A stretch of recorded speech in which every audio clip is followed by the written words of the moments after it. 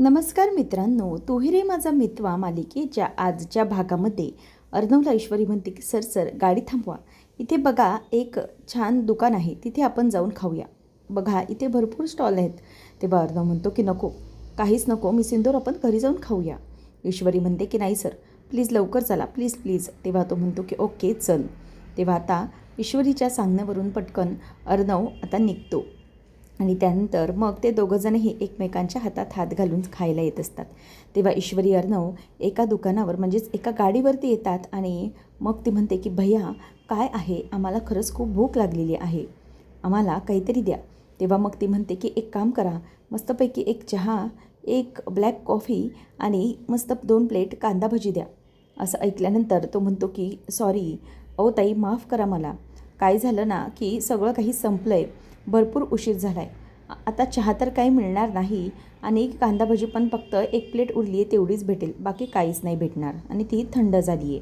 तेव्हा मग अर्णव म्हणतो की जाऊ दे, चल मी सिंदूर आपण घरीच जाऊन जेऊया. तेव्हा ती म्हणते की ओ दादा काहीतरी बघा ना, नाहीतर मग एक काम करू का, मी बनवू का काहीतरी, म्हणजे कसं बरं पडेल. तेव्हा आता अर्णव तिथे तिच्याकडे बघतच राहतो की मिस इंदोरला एवढा कसा काय मोठा उत्साह. तेव्हा मग तो म्हणतो की नाही अहो, तुम्हाला माहिती आहे का किती महागाई झाली आहे सगळी, किती मोठे मोठे नुकसान होतात, त्यात तुम्ही परत काही बनवलं तर त्यात आणखी नुकसान होईल. तुम्हाला माहिती आहे का अहो, सिलेंडर 2000 रुपये झालं आहे, हे बेसन तेल सगळंच महागलं आहे, काय सांगणार तुम्हाला, काय करू मी. तेव्हा मग आता ईश्वरी म्हणते की दादा काहीतरी बघा की काय होतं आहे तर. तेव्हा अर्णव म्हणतो की हे बघा, तुम्हाला माहीत नाही आहे अहो माझी बायको ही कशी आहे ती.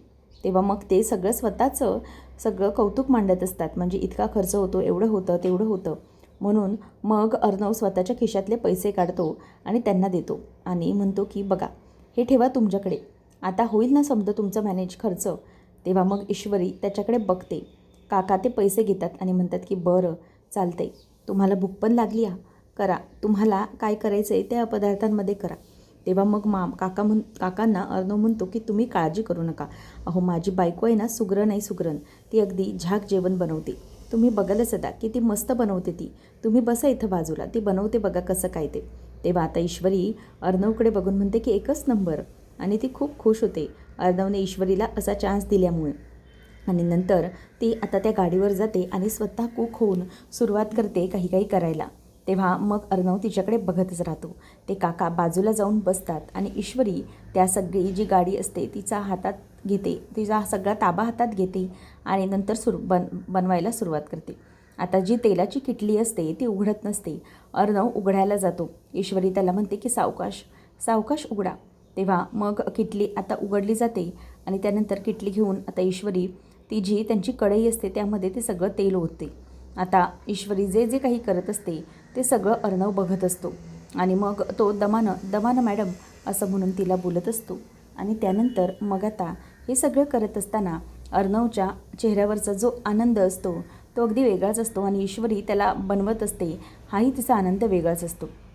आता ईश्वरी गॅस पेटवते, त्यानंतर एका टोपामध्ये ती बेसन घेत असते, जिलेबी बनवण्यासाठीचं सगळं काही साहित्य काकांकडे असतं, ते साहित्य ती घेऊन त्याच्यामधून बनवत असते. आणि हे सगळं करत असताना ईश्वरीचा हात अगदी फटफट चालत असतो, ते बघून अर्णवला तर तिचं खूपच कौतुक वाटत असतं. नंतर अर्णवला ती पाणी ओतायला सांगते, त्याप्रमाणे अर्णव त्या पिठामध्ये हळूहळू पाणी ओतत असतो आणि ईश्वरी हाताने आता ते फिटायला सुरुवात करते.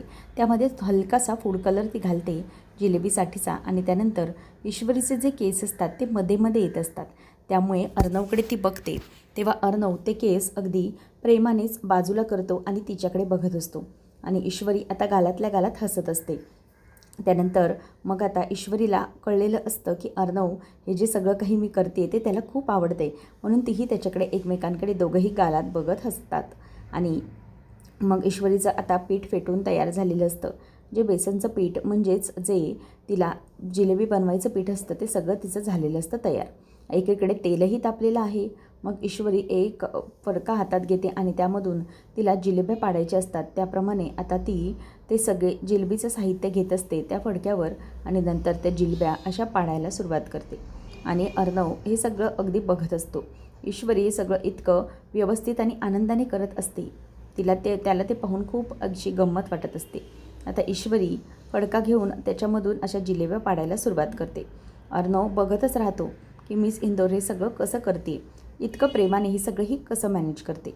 आणि मग जिलेब्या पाडल्यानंतर त्या तळायला सुरुवात करतात. आता ते तळायला सुरुवात केल्यानंतर अर्णव समोर उभाच असतो. मॅडम तुमच्या होत आल्यात का जिलेब्या असं विचारतो. तेव्हा ईश्वरी म्हणते की हो हो होतच आल्यात, आता तुम्हासनी देते की गरम गरम खायला असं म्हणून ती आता ते जिलेब्या आता प्लेटमधून काढत असते. आणि ईश्वरी अर्णव दोघंजणही अगदी आनंदाने ते सगळे क्षण एन्जॉय करत असतात. ते दुकानवाले मामा असतात ते बाजूलाच बसलेले असतात. ईश्वरी सगळं काही करत असते.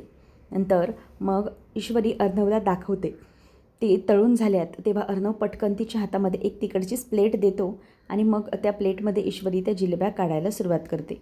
आणि ईश्वरीने ते केल्यानंतर अर्णवचं लक्ष अगदी प्रेमाने असतं तिच्याकडे. ती सगळ्या त्या प्लेटमध्ये जिलेब्या काढते आणि अर्णवकडे बघते की हे बघा आपल्या सगळ्या जिलेब्या काढून झालेल्या आहेत. त्यानंतर मग पाकात ती घालून त्या जिलेब्यांवरती वरतून थोडे ड्रायफ्रूट्सचे असे तुकडे घालते आणि बघा झाल्यात आपल्या गरमागरम इंदोरी जिलेबी तयार असं त्याला बोलून दाखवते. त्यानंतर मग आता अर्णव हा तिथेच खाली बसतो. दोघंजणही बसतात. ईश्वरी म्हणते की या या कारभारी इथं या बसायला, तुम्हाला गरमागरम तुम्हासने जिलेबी मी खायला देते. तेव्हा मग अर्णव म्हणायला लागतो की तुम्ही खावा पहिले, तुम्हाला भूक लागली असेल ना व. तेव्हा ईश्वरी म्हणते की नको तुम्ही खावा पहिले, तुम्ही सांगा मला की कसे झाल्यात ते. हो ना. तेव्हा मग अर्णव म्हणतो की अरे प्रश्नच नाही, इंदोरच्या स्पेशल हलवाईची मुलगी आहेत तुम्ही, मग तुमच्या हातची चव ही न्यारीच असणार की. तेव्हा ईश्वरी म्हणते की तरीही तुम्ही टेस्ट करून बघा. तेव्हा मग अर्णव म्हणतो की हो हो प्रश्नच आहे का. तेव्हा ईश्वरी म्हणते की तुम्ही दमलायसा दिवसभर काम करून, त्यामुळे तुम्ही खावा. तेव्हा ईश्वरीला तो म्हणतो की हो मला माहीत आहे की माझं डोकं खाऊनच तुमचं पोट भरतं या म्हणून. तेव्हा ईश्वरी म्हणते की तेच म्हटलं मी, अजून आमच्या कारभारीने काही टोमणा कसा काही नाही मारला मला. तेवढ्यातच आता अर्णव जिलेबी घेतो आणि ती ईश्वरीला भरवतो. आणि मग ती भरवत असताना अर्णव आणि ईश्वरी दोघंजणही गालातल्या गालात आता हसत असतात. आणि ईश्वरीला पटकन अर्णव जिलेबी भरवतो. त्याचप्रमाणे ईश्वरी पण आता अर्णवला जिलेबी भरवते आणि त्यानंतर दोघंही एकमेकांकडे अगदी गालातल्या गालात हसत बघत असतात. ईश्वरी म्हणते की काय सांगा की कारभारी कशा झाल्यात जिलेब्या गरमागरम. तेव्हा अर्णव म्हणतो की अहो मगाशीच सांगितलं की तुम्हासने तुम्ही इंदोरच्या स्पेशल म्हणजे हलवायाची मुलगी हायसा, तर तुमची मिठाई ही जबरदस्त होणारच की असं म्हणून दोघंजणं आता ते खात असतात. ईश्वरी आणि अर्णव दोघंजणही आता जिलेबीचं मस्तपैकी मजा घेत असतात. त्याच वेळेला आता ईश्वरीच्या तोंडाला जिलेबी लागलेली असते आणि त्यामुळे अर्णव आता स्वतःच्या हातानेच ती जिलेबी आता व्यवस्थित करतो आणि ईश्वरी ती पुसते आणि दोघंजणही आता खूप खुश असतात. एकमेकांकडे बघत हसत असतात आणि जिलेबी खात असतात. ईश्वरी पण आता गालातल्या गालात लाजत असते आणि अर्णवला आता ती जिलेबी भरवते आणि म्हणते की हे घ्या सर खाऊन घ्या. पण खरं तर दोघांच्याही चेहऱ्यावरचा आनंद काही वेगळाच असतो. तर आता सकाळ झालेली असते आणि सगळेजणं मीडियावाले राजे शिर्केंच्या दरवाजाच्या बाहेर उभे असतात. किर्लोस्कर सगळे मीडियावाले घेऊन आलेले असतात आणि मग सगळीकडे प्रश्नांचा भडीमार असतो. मामांना विचारत असतात की अर्णव राजे शिर्के आहेत कुठे आणि त्यांनी ही जी काही बदनामी केली आहे, म्हणजे सगळ्यांची बदनामी झाली आहे, त्यावर त्यांचं काही उत्तर नाही आहे का. तेव्हा मग मामा म्हणतो की थांबा जरा थांबा, सगळं काही व्यवस्थित होईल, अर्णव येतच असेल. त्यावेळेला मग आता सगळेजणं वाट बघत असतात अर्णव येण्याची. अर्णव आता टेम्पो घेऊन आलेला असतो आणि मग तेवढ्यात सगळ्यांच्या नजरा तिकडे समोर रस्त्यावर खेळल्या जातात की नेमकं हा सात्विक फॅशनचा टेम्पो घेऊन आले तरी कोण. तेव्हा सगळेजणं त्या दिशेने बघतात. तेव्हा त्यांना लक्षात येतं की अर्णव राजे शिर्के आलेला आहे. आता अर्णवला पाहिल्यानंतर सगळे त्याच्याकडे बघतच बसतात. अर्णव ईश्वरी दोघंजणही आता त्यांच्या गाडीमधून उतरतात आणि ते गाडीमधून उतरत असताना आनंदाने शिर्के आणि बाकीचे सगळे त्यांच्याकडे बघत असतात. कारण की अर्णवने स्वतः टेम्पो चालवत आणलेला असतो आणि अर्णव आता आल्याप्रमाणे त्याने डॅशिंग एंट्री मारलेली आहे आणि सगळेजणं त्याच्याकडे बघत असतात. त्याच वेळेला आता ईश्वरी पण येते आणि ईश्वरी येऊन त्याच्या बाजूला उभी राहते. सगळेजणं आता त्यांच्याकडे अगदी व्यवस्थित बघतच असतात. कारण की हे सगळं जे काही करण्याचं काम आहे ते अर्णवने अगदी व्यवस्थितपणे करून दाखवलेलं असतं. आता सगळे मीडियावाले त्यांच्याकडे बघत असतात आणि नेमकं त्यांना काय विचारायचं सगळे मीडियावाले विचार करतात. अर्णव ईश्वरीला म्हणतो की मिस इंदोर चल. आता सगळेजणं त्यांच्याकडे येतात तेव्हा प्रश्नांचा भडीमार करतात की सर सात्विक फॅशनची जी काही बदनामी झाली तुमच्या मालाबद्दल जे काही अफवा उठवल्या जातात बाजारामध्ये, सगळ्या कंपनीची रेप्युटेशन बिघडली आहे, त्याबद्दल काय बोलाल सर तुम्ही? म्हणजे हे सगळं जे काही घडलं आहे त्याबद्दल तुमच्याकडे काय आन्सर आहे? आणि ज्याप्रमाणे किर्लोस्करांनी तुमच्या कंपनीवरती लीगल ॲक्शन घेतली आहे, तुम्ही काय बोलाल त्याबद्दल? तेव्हा आता अर्णव म्हणतो की 1च मिनिट, मी तुम्हा सगळ्यांना तुमच्या प्रश्नाची अगदी व्यवस्थितरित्या उत्तरे देतो. मला एक गोष्ट सांगा की हे जे सगळं काही चाललं आहे ना, त्या सगळ्या गोष्टींची नेमकी प्रश्नांची उत्तरं तुम्हाला मिळतील. शिर्के आणि आकाश, जरा आपले हे जे काही टेम्पो आहेत ना, ते टेम्पोमधले सामान आहे, बॉक्सेस, ते जरा खाली उतरवा. मग मी सगळ्यांना प्रश्नांची उत्तरं देतो. त्यावेळेला मग आकाश ओके म्हणून शिर्केंबरोबर जातो आणि त्यामधले जे टेम्पोमधलं सामान आहे ते सगळं खाली उतरवतो. आता आकाश आणि शिर्के दोघंजण हे टेम्पोमधले सामान खाली घेतात आणि त्यामध्ये जे काही मटेरियल असतं ते मटेरियल ते बघत असतात. त्यानंतर मग मटेरियल बघत असताना त्यामधले जे काही कापड वगैरे सगळं काही असतं ते कापड अगदी छान क्वालिटीचं वगैरे असतं. अर्णव आता सगळ्यांच्या समोर उभा आहे. अर्णव म्हणतो की हे बघा, आता तुम्हाला जे काही बोलायचं आहे ते समजेल मला. म्हणजे ना, किर्लोस्करांकडे जो माल जाणार होता तो माल हा आहे. झालं असं की कोणीतरी माझ्या कॉम्पिटिटरने माझा हा सात्विक फॅशन नावाचा टेम्पो हा कोणीतरी मध्येच रस्त्यात हायजॅक केला होता आणि त्यांच्याकडे जो टेम्पो पाठवला तो डुप्लिकेट टेम्पो होता सात्विक फॅशनच्या नावाने आणि त्यामध्ये खराब मटेरियल होतं, जेणेकरून आमच्या नावाची बदनामी करण्यात यावी आणि आमचं नाव हे खाली पाडावं आणि आम्हाला त्या फूड फॅशन कॉम्पिटिशनमध्ये भाग घेता येऊ नये, आमची रेप्युटेशन खराब व्हावी, यासाठी हे सगळे केलेले प्रयत्न होते. पण तुम्ही आता सगळेजण पाहू शकता, हे आहे आमच्या सात्विक फॅशनचं फॅब्रिक, एकदम प्युअर कॉटन आणि एकदम चांगलं ब्रँड. कोणीही कितीही काही नावं ठेवली तरी आमचा कपडा बदलू शकत नाही, कारण की इतके वर्ष झाले आम्ही विश्वासावरती हा बिझनेस करत आहोत. तेव्हा किर्लोस्करांची मान खाली गेल्यासारखी होते. नंतर मग मॅडम म्हणतात की सर, तुम्हाला काय वाटतं हे सगळं कोणी केलेलं असू शकतं? कारण की तुमचं इतकं मटेरियल हे हायजॅक करणं आणि हे काही सोपी गोष्ट नाही आहे, आणि त्यामुळे हे सगळं करणारं कोण होतं असं तुम्हाला वाटतंय? अर्णव म्हणतो की हे सगळं करणारं कोण होतं हे तर माझ्या एखाद्या कॉम्पिटिटरलाच माहीत असेल, कारण प्रत्येकजण असतं की ज्याला सात्विक फॅशनचं नाव पुढे जाऊ नये असं वाटत असतं. अर्णवचं आता सगळं काही जे इंटरव्ह्यू असतो तो लाईव्ह होत असतो आणि हे सगळं सात्विक फॅशनचं सगळं काही बदनामी थांबली जात असते ते सौदामिनी टी व्हीवर बघत असते आणि तोंड वाकडं करत असते. अर्णव म्हणतो की मला एवढंच सांगायचं आहे माझ्या कॉम्पिटिटर्सला की माझं सात्विक फॅशन हे फक्त नाव नाही आहे किंवा एखादी फक्त कंपनी नाही. जर सात्विक फॅशन ही एखादी कंपनी असती तर ती कधीच बुडली असती, तिचं अस्तित्व कधीच मिटलं असतं. परंतु सात्विक फॅशन ही फक्त एखादी कंपनी नाही आहे माझ्यासाठी, ते माझ्या आईचं असलेलं अस्तित्व आहे माझ्यासाठी, आणि म्हणूनच ती कंपनी कधीही बंद पडू शकत नाही किंवा तिच्यावर कुठल्याही प्रकारचा आळ कोणी घेऊ शकत नाही.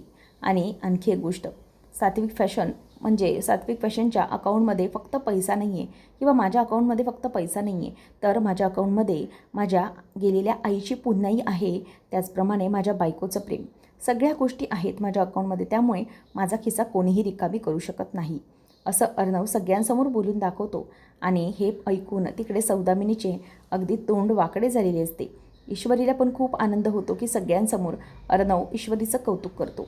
आणि अर्णव म्हणत असतो की मी सगळ्यांसमोर आज सांगतो की मी आणि माझी बायको दोघांनी मिळून हा टेम्पो वाचवलेला आहे आणि आमची गेलेली रेप्युटेशन आम्ही परत मिळवलेली आहे.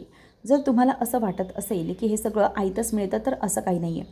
आणि सात्विक फॅशन ही जी कंपनी आहे ना, ती कोणीतरी खराब करण्याचा प्रयत्न करत होता, परंतु आम्ही आज सगळ्यांसमोर एक गोष्ट सांगतो, ते म्हणजे सात्विक फॅशन ही कंपनी पुन्हा नव्याने उभी राहणार आहे आणि तेवढ्याच जोमाने काम करणार, आणि आता कमवत होती त्याच्यापेक्षा जास्त प्रॉफिट कमवून ती कंपनी पुढे जाणार आहे, असं आता अर्णव सगळ्यांसमोर बोलतो. त्यानंतर किर्लोस्कर सगळ्यांसमोर म्हणतात की अर्णव राजे शिर्के, मला माफ करा, मी खरंच खूप मोठी चूक केली आणि माझी खरंच खूप मोठी चूक झाली. मी तुमच्यावरती असा लगेच आरोप करायला नको हवा होता. तेव्हा मग अर्णव म्हणतो की इट्स ओके मिस्टर किर्लोस्कर, पण तुम्ही इथून पुढे एक गोष्ट लक्षात ठेवा की तुमचे सात्विक फॅशनसोबतचे इतके जुने रिलेशन होते, मग तुम्ही त्या जुन्या रिलेशन्सला तडा कसा जाऊ दिला? कारण की इतके जुने रिलेशन्स असताना तुम्हाला कुठल्याही प्रकारचा विचार करण्याची गरजच नव्हती. इतके जुने रिलेशन्स आहेत आपले की कधीही काही होऊ शकत नाही, पण आपला बिझनेस जो आहे तो विश्वासावर चालतो. इथून पुढे जर असं काही झालं तर यापुढे माझ्याशी बोलण्याची शक्यता ठेवा, त्यानंतर मग पुढे जो काही आहे तो डिसिजन घ्या. असं अर्णव त्यांना बोलून दाखवतो.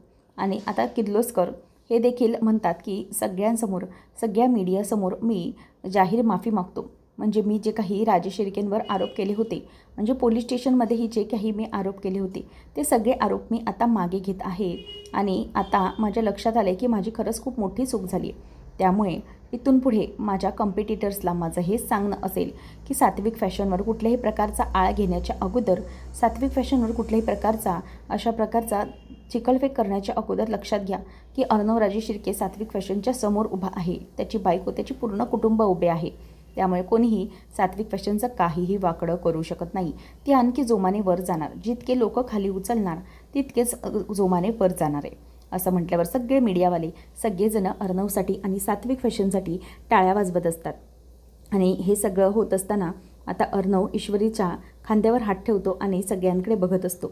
ईश्वरीला खूप आनंद झालेला असतो. त्यानंतर आता आजी ईश्वरीजवळ येते आणि म्हणते की ईश्वरी, बाळा, चिंटू, तुम्ही दोघांनी खरंच आज खूप छान काम केले. तुमच्या दोघांचंही खरंच खूप कौतुक वाटतंय मला, असं म्हणून आजी त्यांचं कौतुक करत असते. तेवढ्यात इथे आता आकाशची बायकोचं म्हणजेच नम्रताचे कान भरण्याचे काम वल्लरीचं सुरू होतं. वल्लरी म्हणते की बघितलंस ना, अगं सगळी मेहनत घेतली आकाशने, पण क्रेडिट कोण घेऊन जाणार? तर फक्त हे अर्णव आणि ईश्वरी. बघितलंस, आकाशचा काहीच व्हॅल्यू नाही आहे, फक्त या दोघांचीच उधोउधो चाललं आहे, दोघांचंच काही ते चालू आहे. असं म्हटल्यावर आता ईश्वरी इथे त्यांच्याकडे बघत असते आणि नम्रताला मात्र राग येत असतो. वल्लरी आणि नम्रता दोघी एकमेकींशी कुसबुस करत असतात. त्यानंतर आपल्याला पाहायला मिळतं की अर्णवचे सारखे फोनवर फोन सुरू असतात की कसं काय पुढे करायचं आहे आणि टेम्पोबद्दल काय करायचं. तेवढ्यात शिर्के म्हणतात की सर, आपल्याला पोलीस स्टेशनमधून फोन आला होता की जे किर्लोस्कर आहेत त्यांनी आपली एंट्री आहे, म्हणजेच त्यांनी आपली जी काही कंप्लेंट केली आहे ना ती मागे घेतली आहे. सगळं काही क्लिअर झालं आहे, म्हणजे आपल्यावर असलेलं नाव खराब होणार ते वाचले. ईश्वरी म्हणते की सर, म्हणजे आता आपल्यावर जी काही कंप्लेंट झालेली आहे ती मागे घेण्यात आली आहे, म्हणजे आपल्याला या कंपनीमध्ये, म्हणजेच आपल्याला ते सगळ्या फूड अँड फॅशन कॉम्पिटिशनमध्ये पुन्हा भाग घेता येणार आहे ना, आपल्याला पुन्हा अप्लाय केले पाहिजे. तेव्हा मग आकाश म्हणतो की हो, ते काम माझं झालेलं आहे. मी फूड अँड फॅशन कंपनीला कधीच मेल केला आहे आणि मेल केल्यानंतर मग सगळं काही झालेलं आहे, डोंट वरी. तेवढ्यातच तिथून मामा म्हणतो की अरे मग वाट कसली बघताय, चला कामाला सुरुवात करूया. तेव्हा मग अर्णव म्हणतो की 1 मिनिट करूया सुरुवात, पण तिथून समोरून त्या कंपनीचा काहीतरी रिप्लाय तरी येऊ दे, मग पुढे बघता येईल. ईश्वरी म्हणते की नाही सर, मला माहिती आहे की आपल्याला रिप्लाय येणार म्हणजे नक्कीच येणार, सगळं काही व्यवस्थित होणार आहे, मला माहिती आहे, असं ईश्वरी आता त्याला म्हणत असते. त्यानंतर मग आता अर्णव हा विचार करत असतो की काय आणि कसं होणार आहे, त्याला त्याचंच टेन्शन येत असतं. मग नंतर ईश्वरी म्हणते की अर्णव सर जा, तुम्ही फ्रेश होऊन घ्या, म्हणजे पुढच्या कामाला लागता येईल. तेव्हा अर्णव फ्रेश व्हायला जातो. इथे नम्रता मात्र तिच्या रूममध्ये नुसतीच जळफळत असते. तेवढ्यात तिथे आकाश जातो आणि तिला म्हणतो की नम्रता, अगं हे काय करतेस तू, एकटीच इथे का बसली आहेस तू? अगं सगळं काही ओके झालं आहे, त्यामुळे सगळे सेलिब्रेशन करतायत आणि तुझी वाट बघतायत, त्यामुळे चल. तेव्हा नम्रता म्हणते की नाही, मला इच्छा नाही आहे तिथे सेलिब्रेशनमध्ये येण्याची, तुम्हीच जा. तेव्हा तो म्हणतो की काय गं, काय झालं, म्हणजे तू अचानक चेहरा का पाडलायस, सगळं तरी व्यवस्थित झालं आहे, मग काय झालं आहे काय? तेव्हा नम्रता म्हणते की तुम्हाला काहीच वाटत नाही का, आपली पण आकाश टेक्स्टाईलची एंट्री आहे ना त्यामध्ये, मग तुम्ही आपल्या एंट्रीचा विचार का नाही करत आहे? तेव्हा आकाश म्हणतो की अगं असं काय म्हणतेस तू नम्रता, आपली एंट्री पण आहे तिथे मान्य आहे, पण दादाची कंपनी आपण जिंकलो काय किंवा ते जिंकले काय, काय फरक पडतो ना? तेव्हा ती म्हणते की नाही, फरक पडतो, तुम्हाला काहीच कसं कळत नाही हो, म्हणजे प्रत्येक वेळेला तुम्हाला दादा दादा असंच करत बसायचं का? तुम्हाला स्वतःचं असं काही वेगळं अस्तित्व निर्माण करायचं नाही आहे का? तुम्हाला आकाश टेक्स्टाईल ही कंपनी मोठी व्हावी, नावारूपास यावी, ग्लोबली व्हावी, असं का वाटत नाही? तेव्हा तो म्हणतो की हे बघ नम्रता, मला असं सगळं वाटतं, पण सध्या जी काही सिच्युएशन आहे ना त्यावरून मी तुला एकंदरीत बोलतोय. तेव्हा नम्रता म्हणते की हो, मला माहिती आहे तुमची सिच्युएशन काय आहे आणि तुम्हाला काय वाटतं ते, त्यामुळे तुम्ही ना त्याबद्दलचा विचार करू नका, जे काही आहे ना ते होईल, सगळं व्यवस्थित होईल. तेव्हा मग आकाश आता म्हणायला लागतो की नम्रता, तुला काय म्हणायचं आहे काय? तेव्हा ती म्हणते की मला काहीच म्हणायचं नाही आहे, मला फक्त इतकंच म्हणायचं आहे की आपल्याला त्या कॉम्पिटिशनमध्ये भाग घेतलेला आहे तर आपल्याला जिंकायचं आहे ॲट एनी कॉस्ट, असं म्हणून ती आता आकाशला चांगलीच बोलते. अर्णव फ्रेश झालेला असतो आणि त्याचे केस अगदी सुकत असतो ड्रायरने, आणि ईश्वरी मागून त्याची कॉफी घेऊन येत असते. तेवढ्यात अर्णव मागे वळतो, ईश्वरी समोर येते. तेव्हा ईश्वरी म्हणते की ओ काय करताय, थांबा थांबा, असं म्हणून ती त्याला आत्ता थांबवते. तेव्हा मग अर्णव म्हणतो की मिस इंदोर, अगं तुला समोर बघता येत नाही का? ईश्वरी म्हणते की काय, समोर बघता येत नाही? अच्छा, मी समोरून चालत येत होते, पण तुम्ही अचानक मागे वळलात, त्यात माझी काय चूक आहे? तेव्हा तो म्हणतो की अगं मिस इंदोर, तू येत होतीस ना, तू तरी समोरून होतीस, मग कदाचित थांबायचं होतंस. ईश्वरी म्हणते की हो, चुकलंच माझं, नाही म्हणजे आता इथून पुढे बेडरूममध्ये येताना मला मोठमोठ्याने आवाज घोषणा देतच आलं पाहिजे. मी रूममध्ये येत आहे हा अर्णवराजे शिर्के, तुम्ही जिथे कुठे असाल तिथून बाजूला व्हा, असं बोललं पाहिजे, बरोबर ना? तेव्हा अर्णव म्हणतो की मिस इंदोर, अगं तसं नाही, पण ॲटलिस्ट बघायचं तरी असतं. तेव्हा ईश्वरी म्हणते की बघायचं असतं म्हणजे?